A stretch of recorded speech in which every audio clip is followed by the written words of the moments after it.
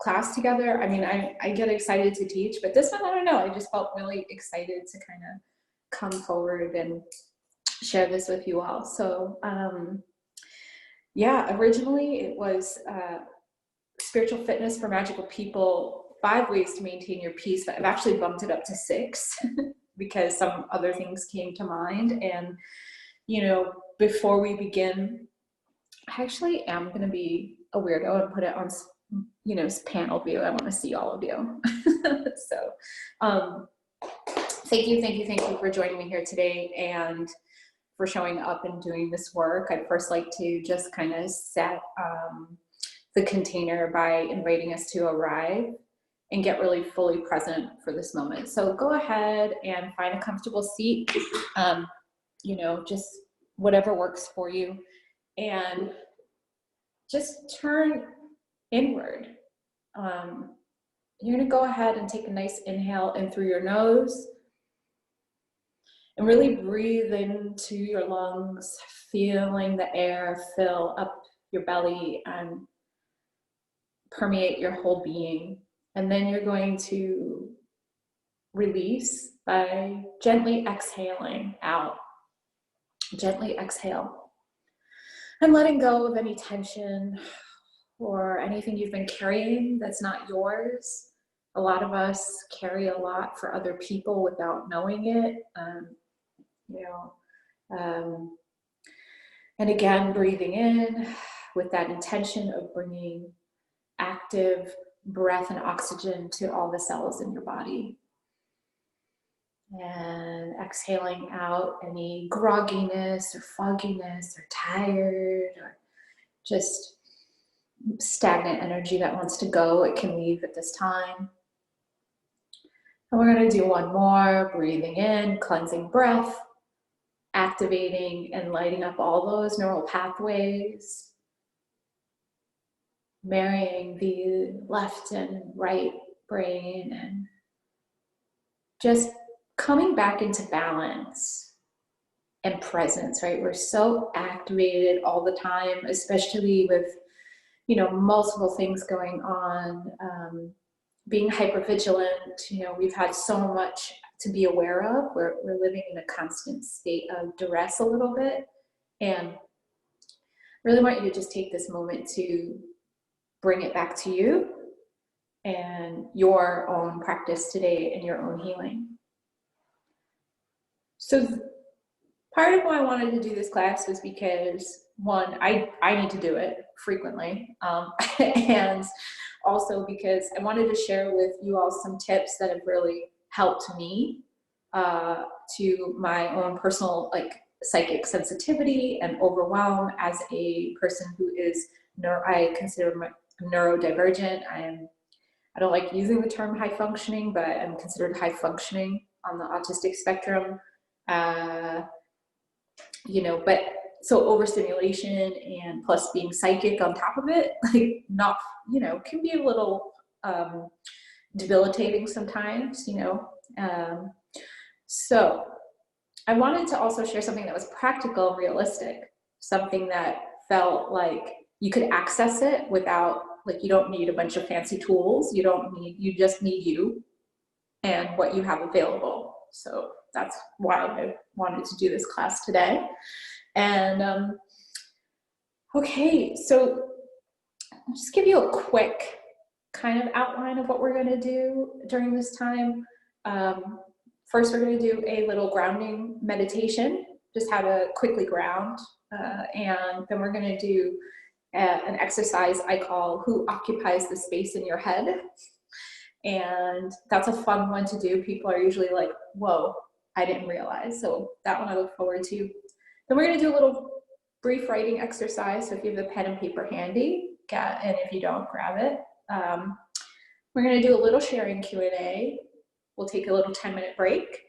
And then we're going to come back into a little bit deeper work. We're going to do, we're going to talk about resentments and secrets, clearing and shielding your energy, and calling your power back.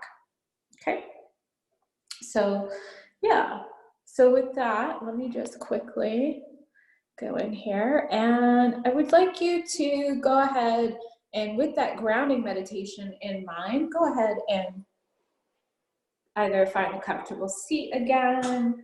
If you can put your feet on the floor, great. If not, I just want you to envision yourself getting rooted, connected to, or awareness of the space that is below you. And go ahead and close your eyes. And just paying attention to your breath, finding space in that breath. Just to feel your own heartbeat and bring some gratitude to this vessel that you reside in, that houses your heart, your intelligence, your emotions. If you're grateful for anything that your body allows you to do this day or any other day, just take a moment to send some appreciation for it.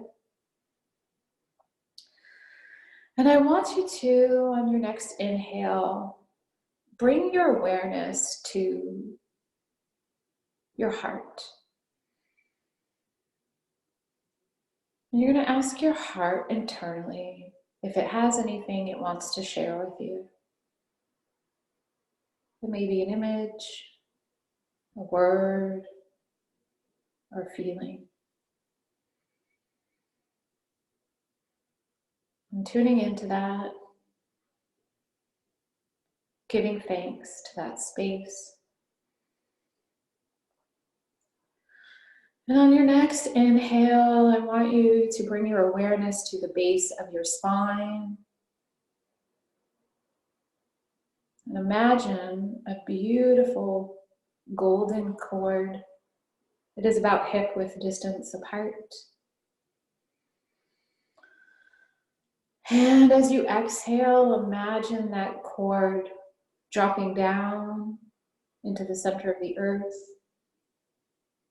And every time you breathe in, you bring light and vitality to that cord. And as you breathe out, you allow it to drop down deeper into the center of the earth. This is your grounding cord. And as you become aware of your connection to the center of the earth, I want you to breathe in vitality and release down and out of that grounding cord anything that is not yours, any stagnation, any anxiety, any fear. You're releasing it to the center of the earth so she can take it and recycle it and reuse that energy, turning it into healing energy to be sent back out to the planet and to her inhabitants to send healing.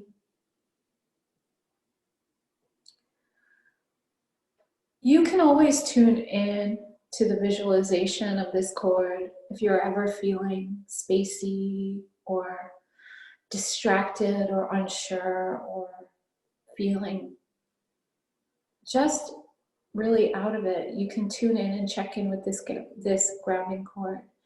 And if it is not a brilliant golden color, it is time to release it to the center of the earth and ask her to take it and recycle it and reutilize it, repurpose this energy for the highest good of all and create a new one. You can spend 20, 30 minutes doing this. You could spend 5 minutes doing this. I have sometimes found myself doing this in closets, in spaces when I had like a 2-minute break to get away from people, or in my car before I attend, an event or things like that. So just really feel free to use this grounding visualization. If the cord doesn't work for you, you can always create tree branches or roots. And go ahead and just flutter open your eyes when you're ready and come back to this space, this moment. Okay. So, grounding meditations are really essential during this time. Another way to ground without, if you're needing a moment to ground, one of the easiest ways is root vegetables. So grabbing onto some root vegetables if you need some grounding, putting your feet in the earth if you can, and then also just coming back to your breath. Those are definitely key ways. Yes, happy midsummer solstice and new moon eclipse energy, right, everyone? This is a great time to reset, hit the reset button. Okay, so next, what I wanted to talk about was who occupies the space in your head exercise. This one's a really fun one to do because it's always surprising, like who's actually hanging out in your energy. Now, you don't have to be psychic to do this. You just, visualization is key. I always tell people, if you have a hard time visualizing, I find it's usually it's kind of like a mental block. It's like when people say, oh, I'm not creative, right? But if I ask you, visualize your bathroom or visualize a space in your home, most people can describe it, right? Like you can describe it. So think of it in that way of seeing. It's that kind of way of seeing. Like if you were to envision a space in your home, you know how to picture it. Like you know how to picture, these spaces. You're going to use that same kind of visualization here. Okay. And let's see. So with that visualization, I'm going to ask you to, again, close your eyes and imagine the space, your forehead, right? Like behind your forehead, a lot of people tell you to envision your third eye there. I want you to envision the space in your forehead where your third eye is, and imagine a room, like a sacred space. It's your room. It's your special room. It's only your energy. You can imagine the decor and what it looks like. I want you to just visualize your room, what you think it would look like, your sacred space. And then tune in to what else is going on there. I want you to notice if there's anyone there hanging out. You might sense a person. You might sense it in the form of an energy, or you might see someone or feel them. Go ahead and just visualize that. If you don't see anything or feel anyone, then great. But if you do, I want you to just acknowledge that they're there in your space. I've done this quite a few times, and I can't tell you how many times I've found people that I never talked to in the physical there, hanging out in my space.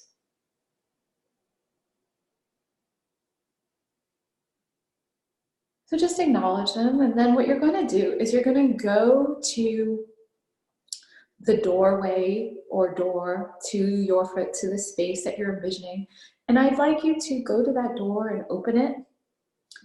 And just like as like you're seeing people out of your home or out of a party, you're just gonna go, okay, it's time to go, right? They don't need to go home, but they can't stay here. It's like the club saying, right? Like just bye. And watch them exit, right? Just see them leave, not with animosity, not with kicking them out, but just peacefully.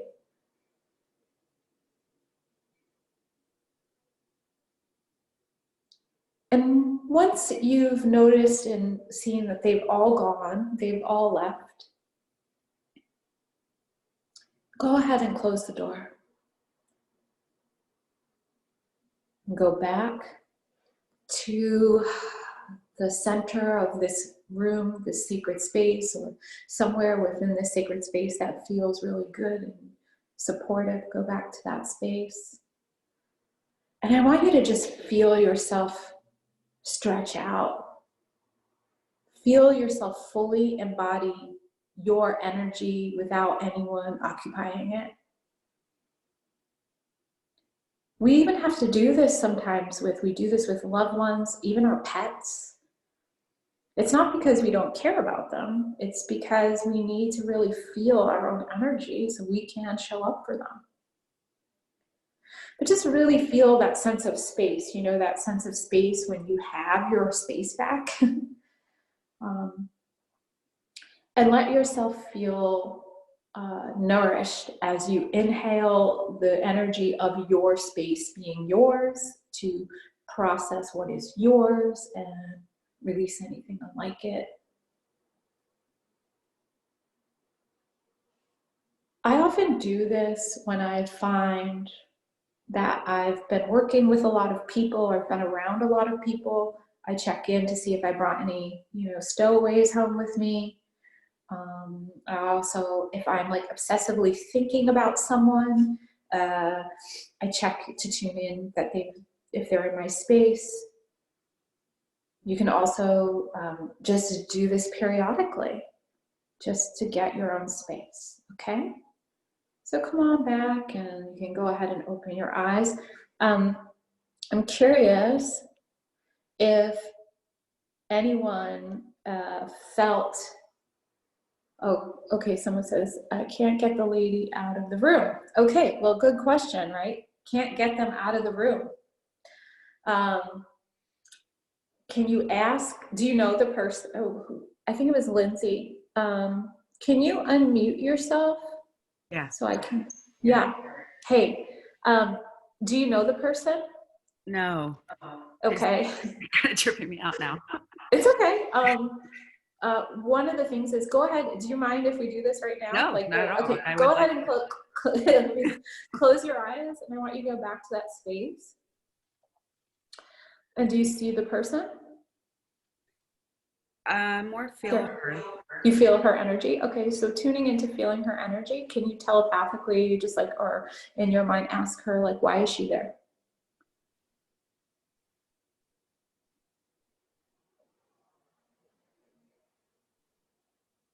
I'm not getting an answer, just a dark feeling. Okay, you know, you can, now you say to her, you have no, go ahead and close your eyes and you're gonna go back in. And I want you to visualize surrounding that energy with like your energy, not because you're absorbing it, but because you're giving it a nudge out the door and you're telling that energy. I want you to go ahead and tell the energy you do not have permission to be here. You have to leave now. Is she leaving? Resisting? She's resisting. She's hovering Yeah. at the door. It's Okay. like a dark hallway out of the room, That's and okay. I can get her to the threshold. Okay, and just then say, you can also just say, like, I release all unspoken agreements, conscious or unconscious, with you. You're not allowed here anymore. So, okay, can you try it again and just really give her a boot? You can boot her with love, that's fine. Okay. But just say, you're not, this isn't your home, like, this isn't your space. You're not welcome. Okay. I felt like I sort of shoved the door shut. Okay, you got her out, you shut the door. So, okay. yeah. Okay, well, and then just scan the perimeter of the room now and just ask, we're gonna just ask if there's any, maybe like if there was a breach in access to your space, like is there any breaches in access to your space? Are there any rips or tears that allow these kinds of energies in your space? Do you see anything? I think so. Okay, so what you're gonna do is if you ever come up on this, you're gonna now I want you to imagine the color of your energy. And I want you to see that room fill and seal like the way you would fill like nail holes or caulking, you know, things like that. I want you to go ahead and fill up and heal those tears, rips, leaks, or holes that are in your room.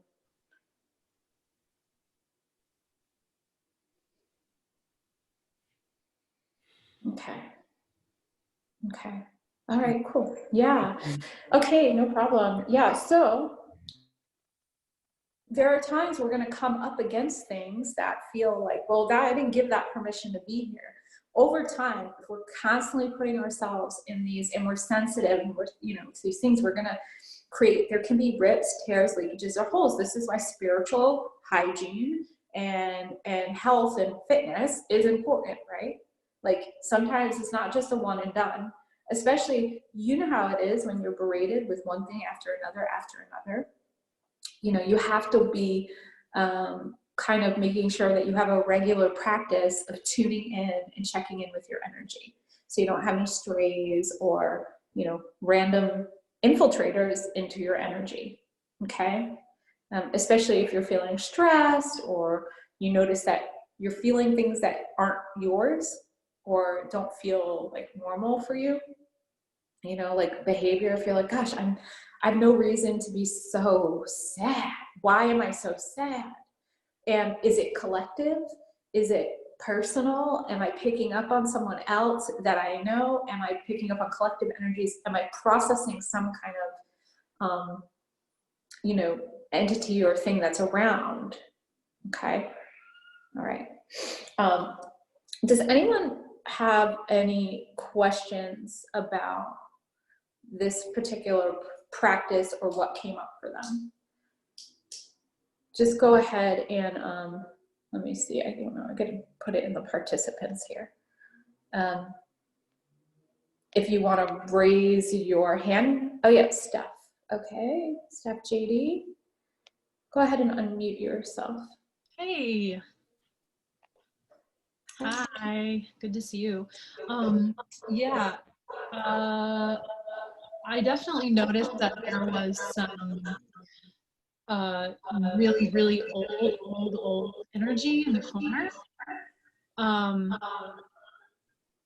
And it was like, it felt super old, and it like still is kind of trailing out, kind of like a seeping carbon monoxide kind of smoky feeling. But it did leave. So would you suggest continuing to do this practice like daily, you know, to like kind of get to really do like a deep cleaning per se? Mm-hmm. Hold on, let me see.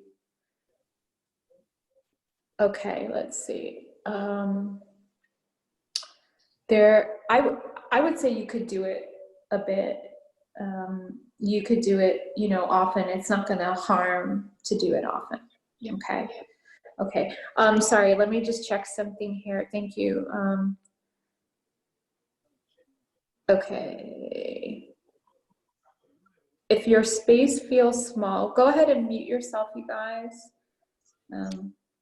For some reason, I think there's an echo. Okay. If your space feels small, claustrophobic, is there any way you could expand on it? Yes, you can expand on it. You know, again, it is about visualizing, opening it up, visualizing, opening your space. As you breathe in, a lot of times I like to recommend people to visualize a color or color spectrum that feels in alignment with you. And in that color spectrum, you'll know what is your colors. And then if something is off color, like it's not part of your color spectrum, you can release it out. But as you breathe in your color spectrum, you can imagine the room, the space getting bigger. Okay. Sometimes when we pull our energy in, right, it's like with our auric fields. Why would we have a small space? The same reason why we would have a small auric field. A lot of times it's to keep ourselves compact, to protect our energy. You all know the difference in like expanding and shrinking your auric field. Like you can imagine visualizing yourself to feel bigger. I see this a lot of times with like musicians or performers, like when they perform, their field gets really big. It would be kind of a similar energy of the room. You know, do you want your room to feel bigger? Or do you want your room to feel smaller? I think you should just really ask, what is the right size room for me at this time? Is there a reason why I kept my room so small? Is there a reason, or, you know, can I expand my energy and start to play and work with that in there? Okay. Okay. You ready to, yeah, for sure. Ready to move forward? And let's see. This is where I would recommend if you've got your pen and paper handy. Okay. And we're gonna go ahead and this is the writing exercise. Okay, let's see, hold on. Okay, so I'm gonna do a little prompted writing, or invite you to do that. And this is, you can do this exercise for any subject, okay? So like you can do this for anything, but for this particular exercise, I'm gonna ask you to like focus on your own like spiritual well-being. Let that be kind of what you're keeping in mind here. And the first question is, how do I feel about my spiritual connectivity or well-being? That's your first question. How do I feel?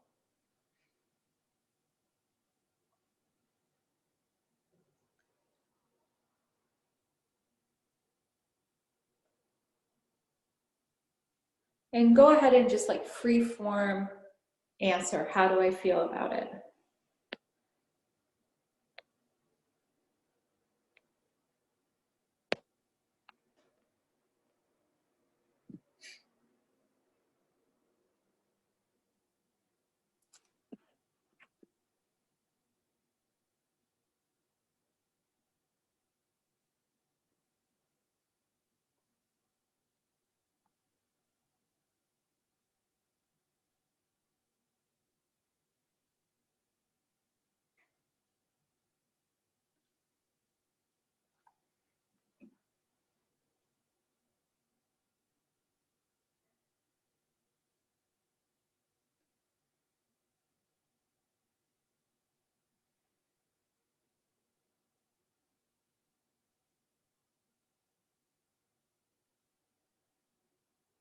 Okay. The second question is, what do I want? In regards to your spiritual practice, what do I want?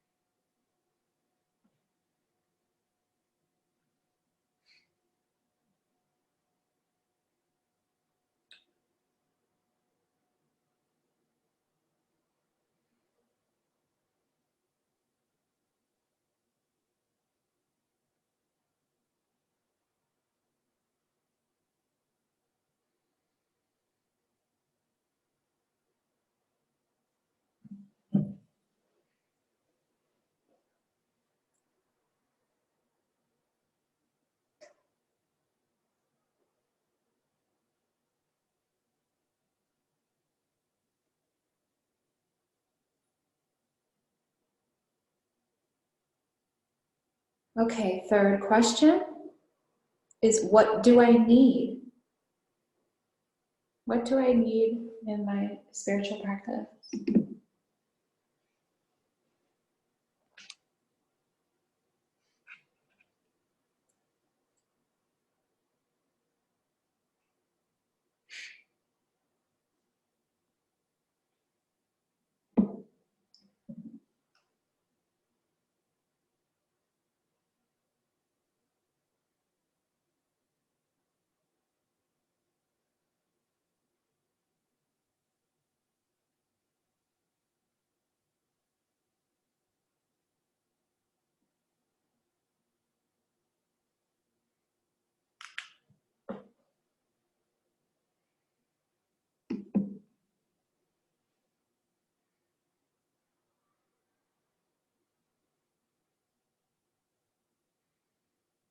Okay.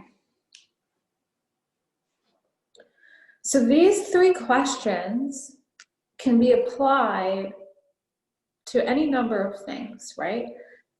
Particularly like, I like to go to these three questions when I'm trying to get specific, when it comes to like where my focus needs to be. you know? So say, for example, you know, I'm like, okay, like I think of a topic, right? And I'm like, well, how do I feel about romantic relationships, right? How do I feel about them? What do I want? What do I need? You know, and it like becomes this point of, you know, like, how do I feel about my work? What do I want from my work? But what do I need from my work? And those being two different things, you know, most of the time, right? Like, how do I feel about it? You know, well, if you feel not great, well, there might be something that you want that you're not getting, right? Or there might be something that you need that, or that you are getting from it, that it kind of supports it. So you have to look at these things. Getting clear on these things is a wonderful way to kind of get clear about your ideas and what you're trying to, you know, manifest into your life or see come to fruition, right? Like you start to get really asking. I always encourage people, like, ask more questions. We are so afraid sometimes to ask questions for fear of not knowing or looking foolish or being vulnerable. And I think it's really important that you need to ask questions, especially when things feel vague, right? It's okay to ask more questions. It's okay to ask for directness from others, but also from your guides. You know, how many times have you asked your guides for a sign and it's like, there's some like vague thing that shows up where you're like, well, what does that mean? Like, I don't get it, right? So asking for clarity or asking for directness is going to be really, it's not something you should ever feel embarrassed, bad, or shameful about. Okay, let's see. And whoops, is somebody unmuted? I feel like this. Oh, okay, great. All right, so I do see a hand up, and I'm sorry I missed that before. Yasmina, can you unmute yourself if you wanted to talk? Sure. I just had a question about the mind visualization thing. I saw people and my dog, and I sent them out, and that was fine. But then, like, I did another scan of my room, and I saw like creatures or just like a dark color, and I was able to send that out. But I'm just wondering if that's a thing that happens, like seeing creatures or just dark colors. Yeah, absolutely. There's you know, sometimes energies or entities or guides or things can come in many different forms. They don't always come in the form of people. Sometimes it can just be like blobs of color or like, you know, or like something that's attached to that energy in a different form, you know, so definitely. I felt like definitely weird before. I felt like stagnation, almost like this, like the air felt thicker, so I had to like move it out, you know, so it can come in many different types of forms. Okay. Cool. Thank you. You're welcome. Okay, let's see. And all right, so with this writing exercise, does anyone like feel like sharing or asking any more questions? I'm gonna give us like 5 minutes and to just kind of do that, and then we're going to take a 10-minute break. So if anyone wants to kind of share or have questions, go ahead and raise your hand in the chat, and if you can do that, or participants tab. If you don't know how to do that, send a message in the chat.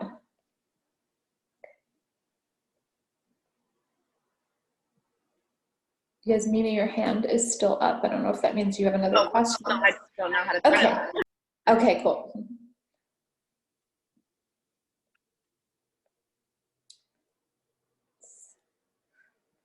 If you don't want to share, that's okay. If you just have a question, that's okay too. So we have about 5 minutes for that. Oh, Susie, go ahead and unmute yourself. I have a question. with the what do I need, I think that's kind of the area where I feel the most like I need help. And what I feel like I need help with is how to sort of better integrate my spiritual connectedness into my day-to-day. Like I feel like I want to be able to respond in a more spiritually connected way in the moment. And I have a hard time with that. I do really well afterwards, but I have, it's hard. As a Aries stellium, I completely get that for in the reactive department. So I would say this, when you are, it's going to get better with time, even if it gives you a 5 to 10 second delay. Okay. It's going to get better with time and practice. One thing you can do is if you are feeling like you want to have a more spiritually minded approach before reacting, is give yourself like, go, okay, I'm going to take 3 to 5 seconds before forming an opinion, because I need to see if I'm reacting from like a protective response or am I reacting out of intuition. Usually, like, you know, I'm in recovery, so one of the things is always can everybody just mute themselves if you're not speaking? Thank you. One of the things that to be aware of is, I would say, like, it's your first thought is not your first action. So if you can remind yourself that too, and again, it's going to take practice, just kind of taking a pause. Pause is your friend, and just tuning. I like to also tune in and go, am I reacting out of fear or out of love?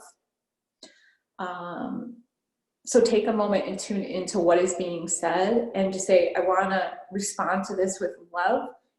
Responding with love doesn't mean being a doormat either. Okay. Responding with love is love for yourself, love for the other person, love and respect for all involved. It doesn't mean be a doormat, right? Like, what if you don't have love? What if the love isn't there? And then that's sort of where my challenge is the hardest. I mean, it's not, with people I love, I do better generally, but with... Of course, yeah. But hateful, like, ignorant, fear-mongering people, yeah, it's hard not to react, but you have to ask yourself, do I need to meet them in their anger? Do I need to meet them at their level? Or should I bring my energy up and know that I feel proud of how I handled it? You know, like, you're not bypassing the situation. You're not letting someone get away with terrible behavior, but you have to ask yourself, do I want to leave this situation leveled by it? Or do I want to know that I took the highest action possible? You know, sometimes the highest action possible is, telling someone off. You know, sometimes it's simply just saying, I'm not your teacher, good luck with that. You know, let somebody else do it. You know, because you have to really, really ask yourself, is this person open and available for actually having some understanding, you know? So if anything, I always say just watch the impulse to react first, because that can be a trauma response, that can be a fight response. You know, we have fight, flight, freeze. There's even fawn, you know, in an attempt to kind of diffuse the situation. You want to really, when you're saying about like asking for help and asking for, you know, support in the process, maybe you pause and you ask. Sometimes I do the serenity prayer before I react. You know, I might have a feeling where I'm like, oh, like I feel it, and my instant reaction is to want to like fight it, push it away, or run. But I have to stop and just do the serenity prayer and then go, okay, now what do I do? You know, so to have something in between the reaction and the response is key. Okay. And again, I mean, I have to constantly check in because my hyper sensory stuff, sometimes I want to like respond, and my overactive Aries stellium wants to respond with, you know, I'll fight you. And like, it's not mature. No, I have the Leo thing too. It's hard. Right. So really, stellium is the word. It's when you have multiple like planets in one sign in like a house. So like I have like 5 like astrological positions in Aries in my second house. So I have a second house stellium.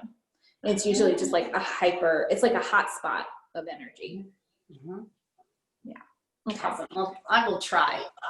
Yeah, that's all you can do. And you don't do it, you know, we don't do it perfectly. And like, you know, you go, okay, I'll get it next time.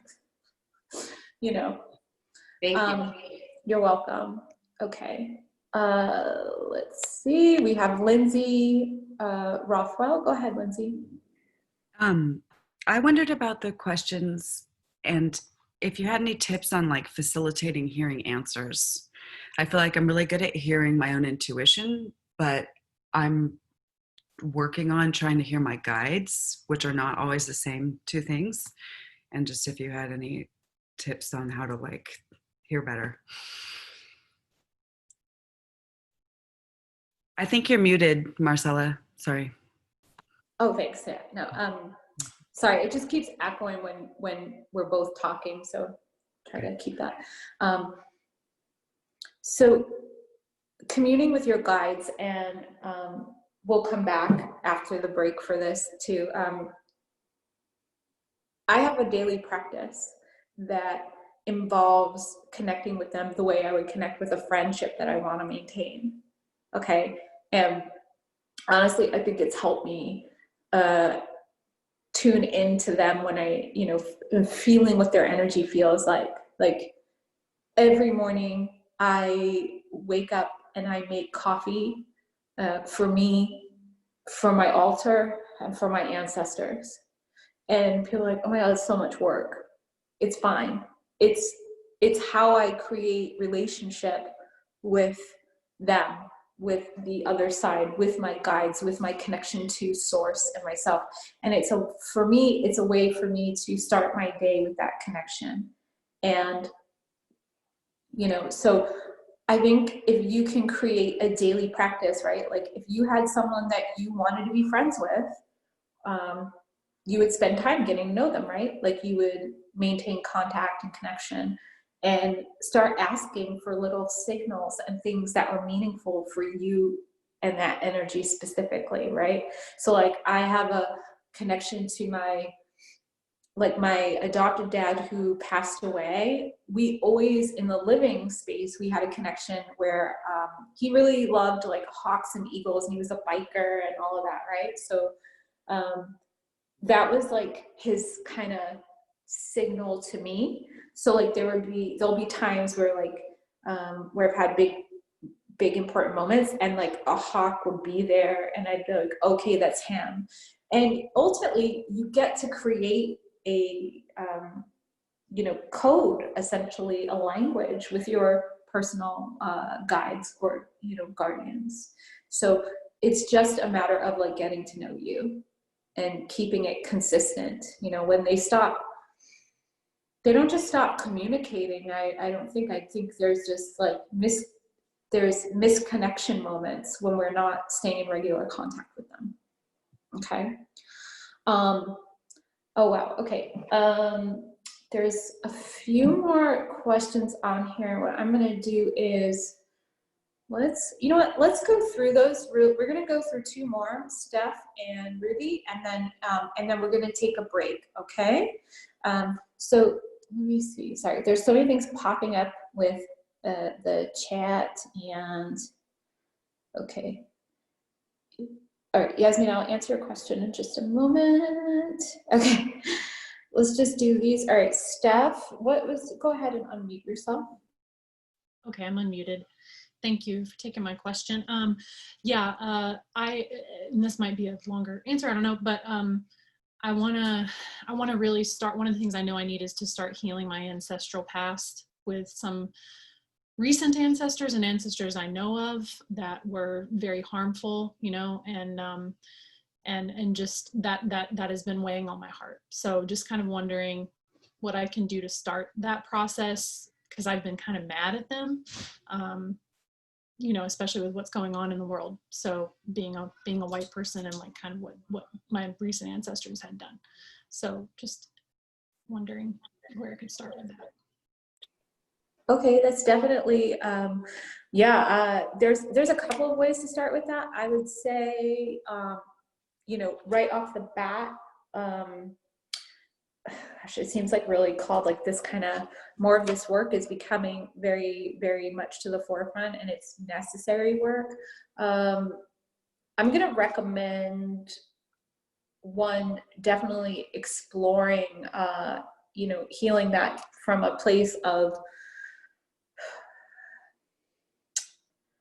there's just so many things. I feel like I need to make a list, but I will say, if you all are familiar with Miranda Bennett, she is on Instagram as Boundless Warrior.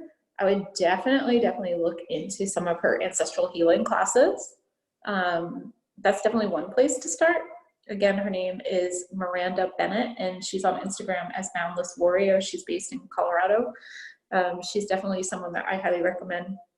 And you know, I feel like this could be like another class, to be frank. So I want to definitely make like a list or get back to you a little more in depth with that, because I feel like it's a lot to cover here. Okay. Yeah, but check out Miranda for sure.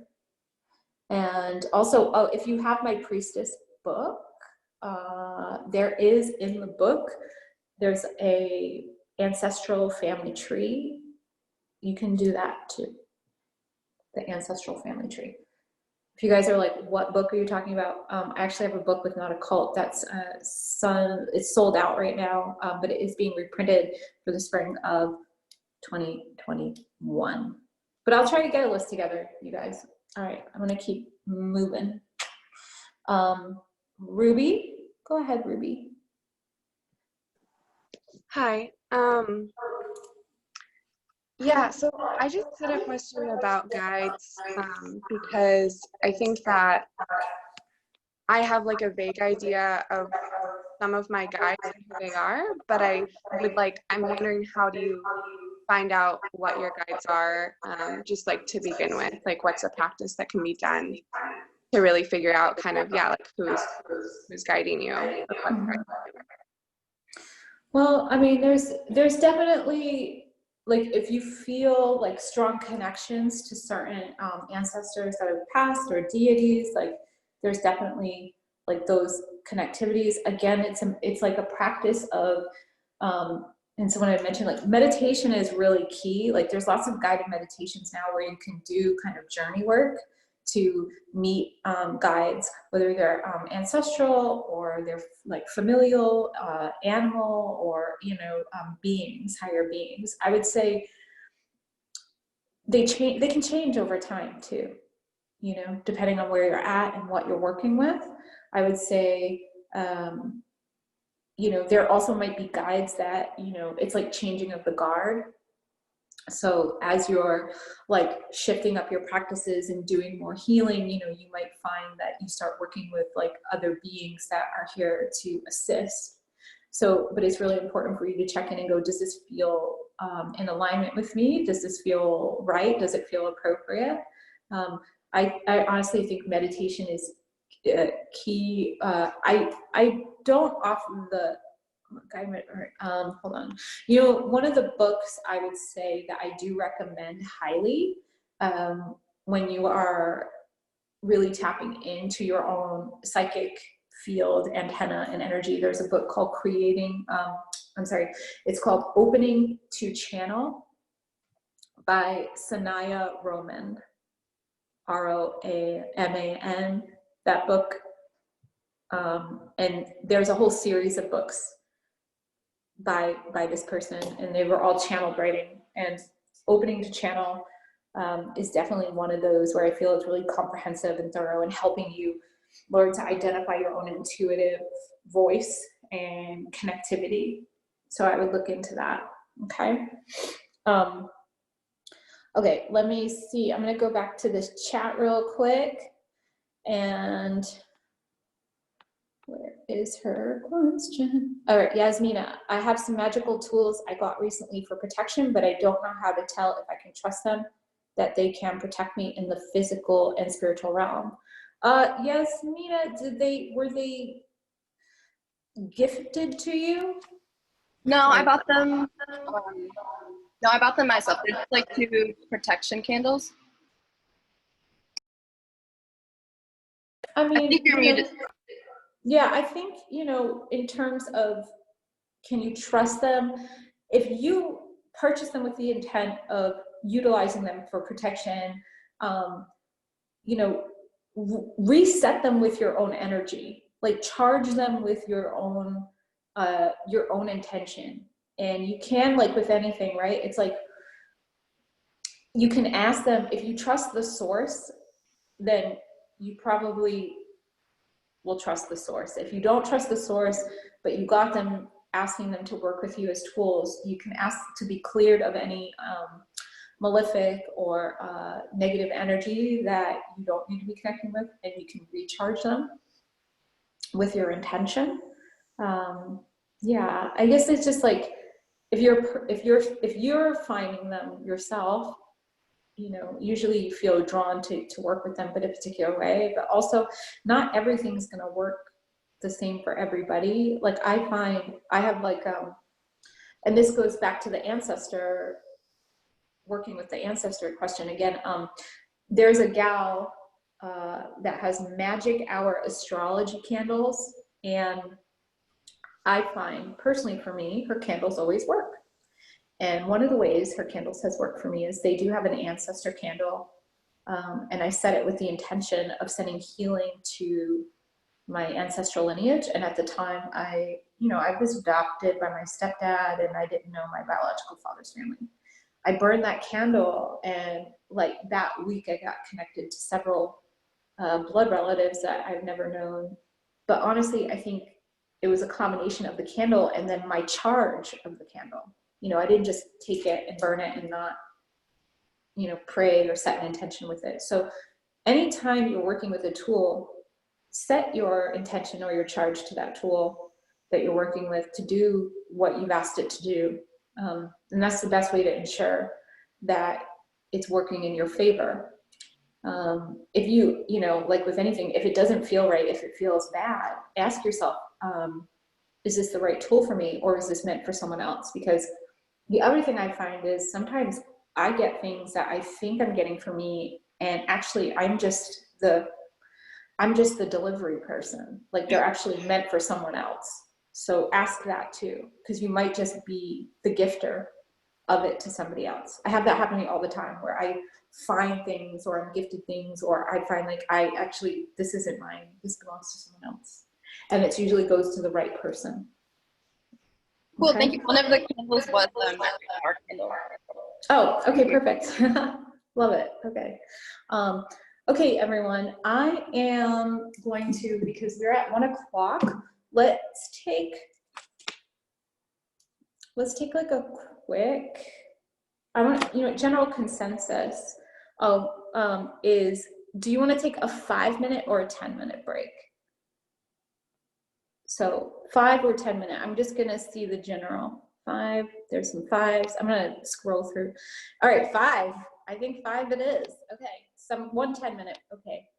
I'm sorry, we are gonna do, there's only 1 vote for a 10-minute, so I'm gonna do a 5-minute break. All right, so it's 1:01. Let's be back here at 1:06, and I'll see you in a moment. Okay. Whew, like a quick one. Okay.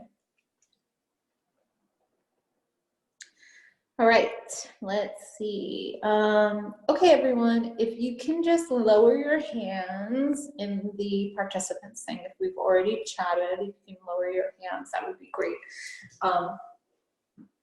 Okay, and welcome back. All right, make sure this is away from me. It's always like when you're doing something, the phone is like blowing up. Right? Okay.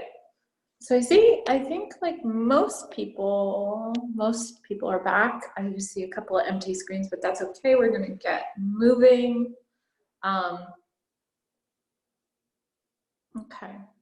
I think there was one more question in the chat. Let me just address that real quick. Specific guided meditations for spiritual work that you can recommend. You know, find someone that you vibe with, find someone that you feel like, I think it's really important to check in with yourself about time. I know for some people meditation is hard, right? Like to sit for long periods of time. Meditation can be just as effective if it's a 5-minute meditation to a 20-30 minute meditation.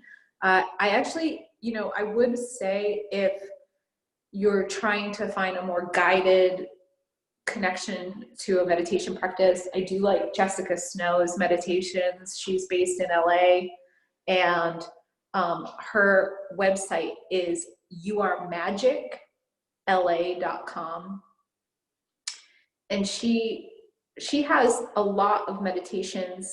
Yes, her books are amazing too. Yes, she has a lot of meditations that are they're like 20 minutes, and then she even has some newer ones that are like 7 minutes, and her voice is really soothing.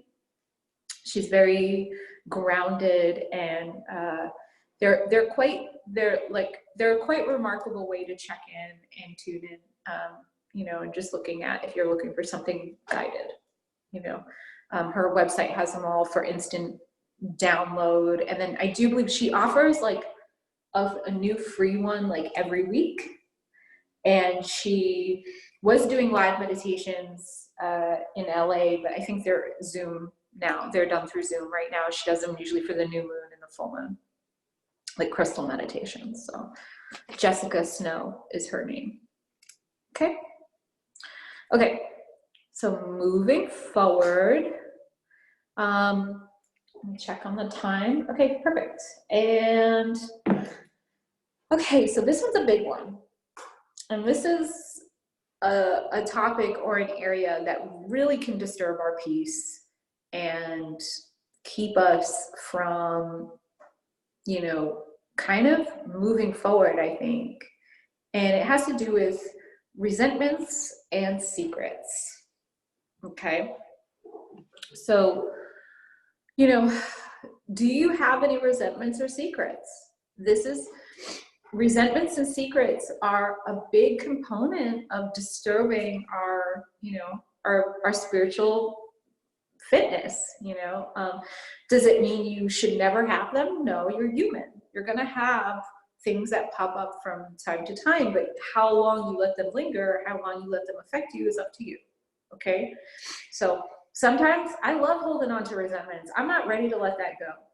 Right? Like I'm like, no, I'm chewing on it. I am enjoying it as a snack. It is fine.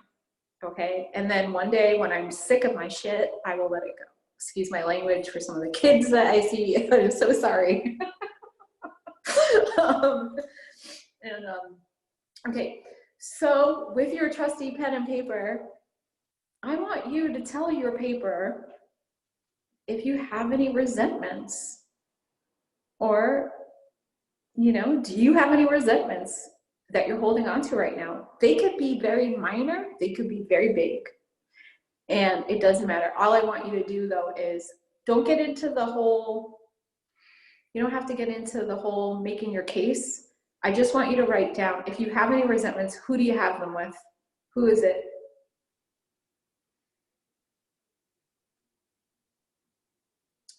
And if you have the who, ask why. What is it? Resentments don't have to be strictly to people. They can be to institutions, right? They can be to organizations. They could be to the government, you know, whatever. Like, what resentment, who do you have a resentment with?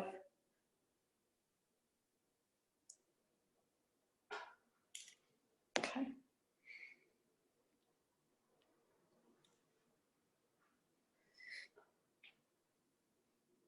And part of why I'm having you write it down is because you need to get it out of your head and out of your body and onto the physical paper.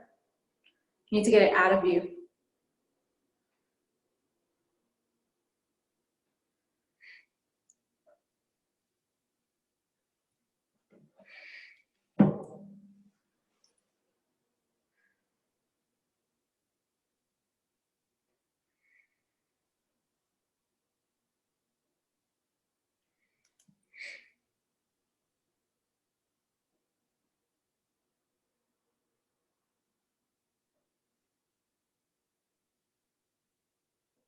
Okay. So now what I want you to do is look at that resentment, who you have the resentment with. And I'm going to ask you a question, and I want you to honestly answer. And this is, I know I said try to not react, but I want you to react to this. I want you to react with your first response when I ask you this. Looking at the person or institution or organization that you have resentment with, are you willing to let it go? Yes or no? You don't have to know how or why yet, just yes or no.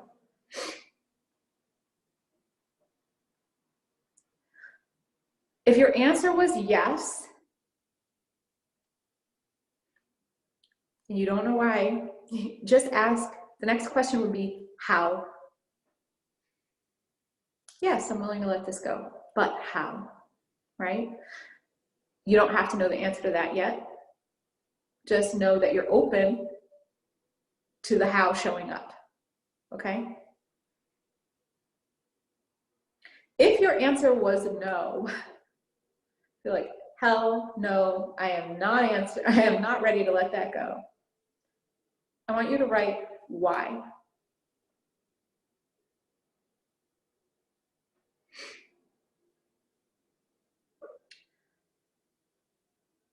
And what we're going to do in this moment is we're going to ask that our intention this weekend, part of our intention, we might already have intentions for the new moon solar eclipse, but I want to invite in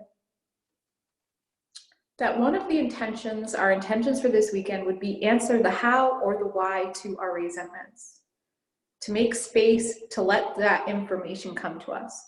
So if you have a resentment and you're ready to let it go, but you're not sure how, we're going to ask that this new moon solar eclipse reveal to us the how to work on letting it go. Okay. If we have a resentment and we're not ready to let it go, we're going to ask this new moon solar eclipse to reveal to us why we're unwilling or not able to let it go. Okay. There might be a very good reason why you can't let it go, and you haven't been able to, it's like, it's very easy for us to go, well, if I could just let it go, I would, right? Sometimes it's just knowing why we're holding on to it, because usually it's a deeper layer under there. Is it a psychic cord, hook-in, or attachment? Is it because it's a pattern? Is it because you're still holding out for hope for something here? Either way, it's disturbing your magical peace.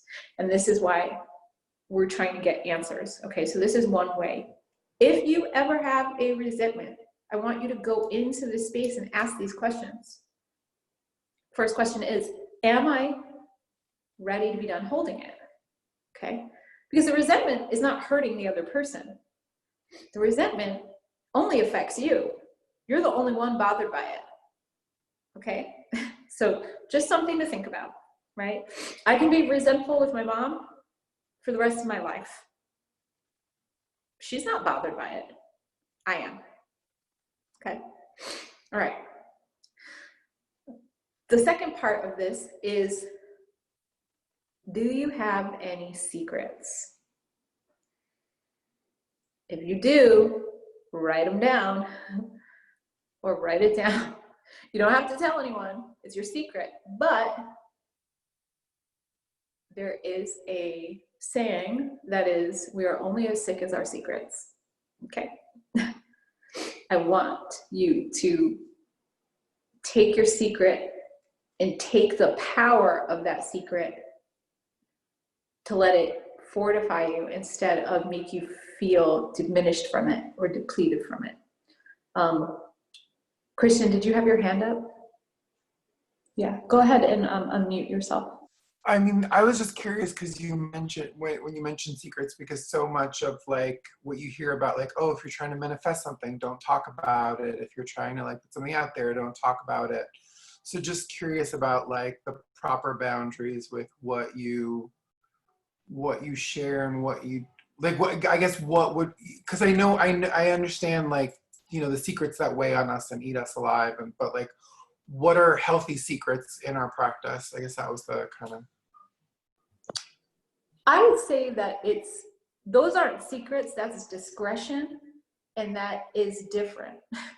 Okay, like, you know, sometimes you're being protective of an idea because not because you are trying to hide it from others, but because you need that idea to be fully developed and strong. And it's vulnerable. It's vulnerable to outside influence or negative energy. That's not a secret. That's discretion, I think. That's having healthy boundaries, right? Like, I share a lot online, right? But you know, one thing that I don't share a lot about is my romantic life. It's not because it's a secret, it's because there's some things that are just for me and they're not for everybody. So like learning to identify, like, what is your, you know, who gets what access to your inner world, you know, versus the outer world. Okay. It's just a different thing. It's not a secret. Secrets are the things that eat at you, that you're like, that drain your energy, that you feel shameful. And I'm not saying you have to tell everyone your secrets to feel liberated from them, but try to find spaces and ways to look at them and not let them overrun your life or, you know, dictate the directions you take, because that's where they become a problem. Okay.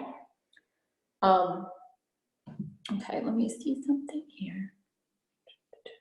Okay. All right. 2 more things, because we're running out of time and I want to get to number 5 and number 6. And before we go, clearing and shielding your energy. Okay. Clearing and shielding your energy is major when it comes to like spiritual, like fitness, right? And you all know what it feels like when your energy feels like funky, if you've been around a lot of toxicity, if you've been around a lot of like negativity, if you've been spending a lot of time online and like social media or fighting with people, or, you know, whatever, just like discomfort, even in your own stuff. Like if you're going through this process of awakening of your own issues coming up, it feels funky.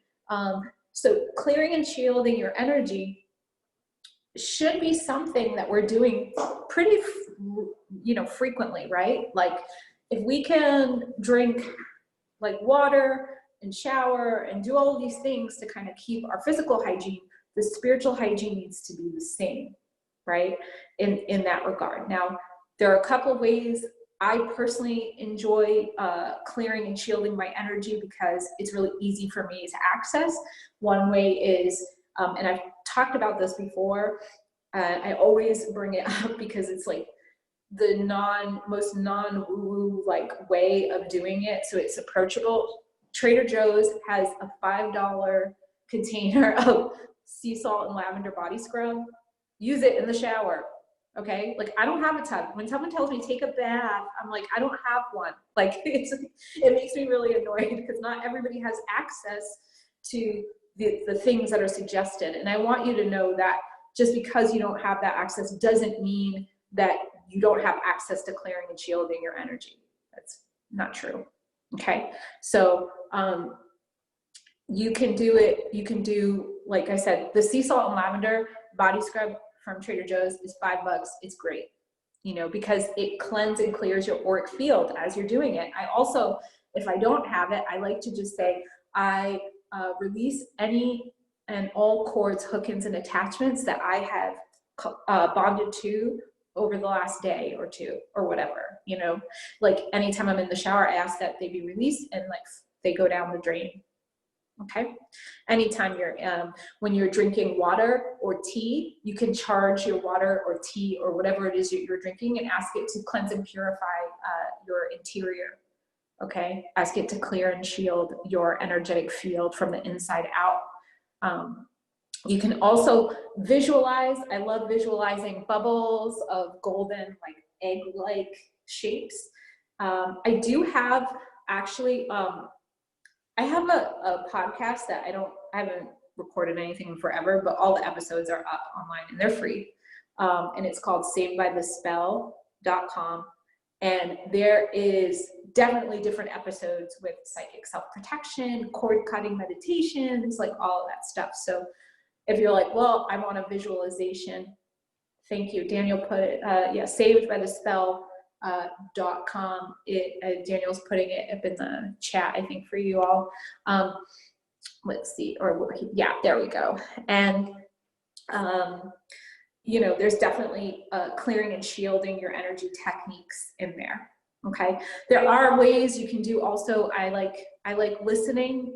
If you have access, obviously, to the internet, you can listen to Tibetan singing bowls or binaural beats. Like there's these different types of sounds that are really good because they're frequencies that help you clear your energy. There's also different breath work is really amazing for clearing your energy. Breath work can be very intense. Do know that it can bring up a lot for you to shift and clear. Whenever I've done breath work, I've had to really make sure I had space after to process what came up, because it almost like goes into the depths and shakes it out, just so you're forewarned. I think some people think like breath work's like, oh, it's like light and easy breezy. I mean, I've never found it to be. I've found it to be cool, quite intense. Like I was like, that's not what I was expecting. Okay, cool. Like past life, like things like that coming up. So, okay. Now, the last thing that I want to talk about, and it's interesting because this is like something that you can do at any time, anywhere you are. Calling your power back. Okay. Calling your power back. What does it mean when our power, like it's our personal power, right? Like anytime we give our power away, knowingly or unknowingly, consciously or unconsciously, right? And what does that mean, right? Well, I wouldn't willingly give my power away. Well, it's as simple as saying yes to something that you want to say no to, or saying no to something you want to say yes to. You give your power away, okay? Sometimes your power is taken from you, right? For the greater good, or your power is consciously taken or not consciously. Like you might have just out of habit, or, or sometimes there are people that are really good at manipulating, taking your energy, taking your power. So one of the ways that you can call your power back, particularly after feeling a little bit like confused by it, or if you've had a conversation or a situation, is really by setting the intention. Also, you don't have to necessarily be aware. Your power can be like from other lifetimes too, past lifetimes and things like that. So one of the things that I would recommend is stating, once you get into a position, a quiet position, or if you want to do a spell or a ritual to call your power back, you can get, look, it doesn't have to be fancy. You can get a little votive candle if you want, or a tea light, and you just set the intention. I now call my power back from anyone or anything that I have given it to, knowingly or unknowingly, consciously or unconsciously, from all directions of time, from all directions of space. I reclaim what is mine. Also, if you want to add to that and say, I release the responsibility of holding on to anyone else's power that I have taken, knowingly or unknowingly, you can add that to it as well, right? Sometimes, particularly I find like friends or people who have children or people that they care for, and they found themselves having to be the kind of caretaker or rule decision maker, you know,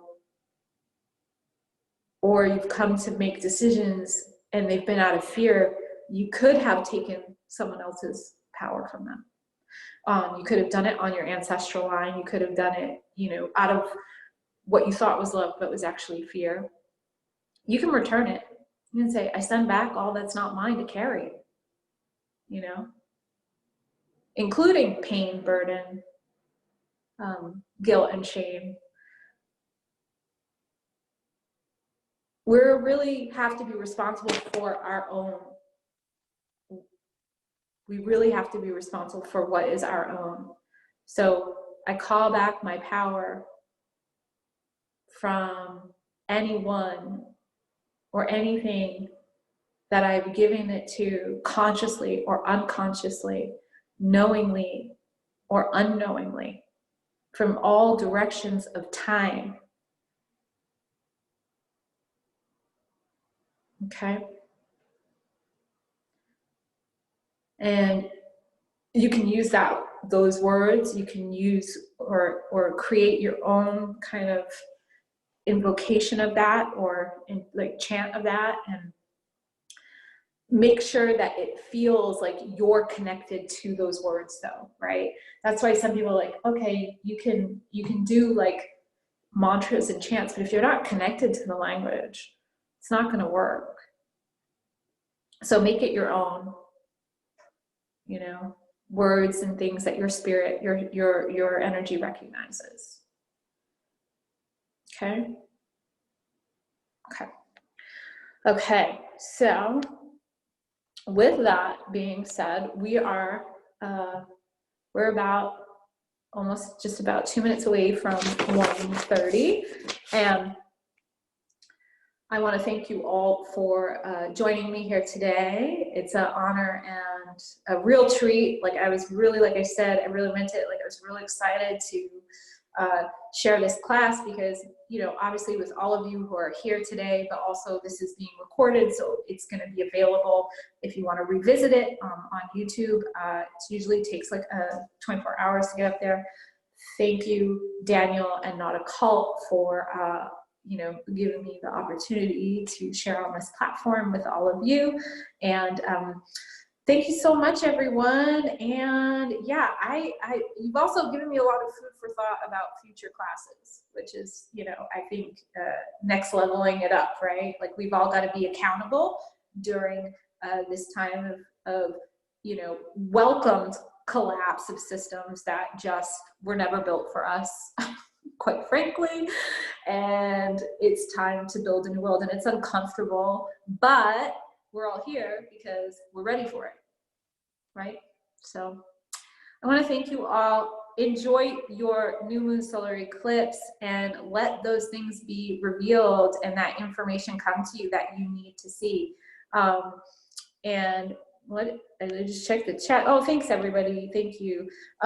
Daniel has put I have PayPal and Venmo. He put it in there in the chat if you want to check it out.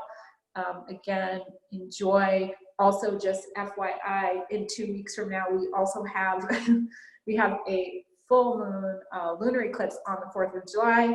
That's going to be interesting. So just brace yourselves, stay grounded, do those exercises, all of these tools. I hope that you find that they help you in the days ahead, and you can kind of integrate them into your work. Okay? Be well. Thank you, Marcella. Thank you. Thank you. Bye. Bye.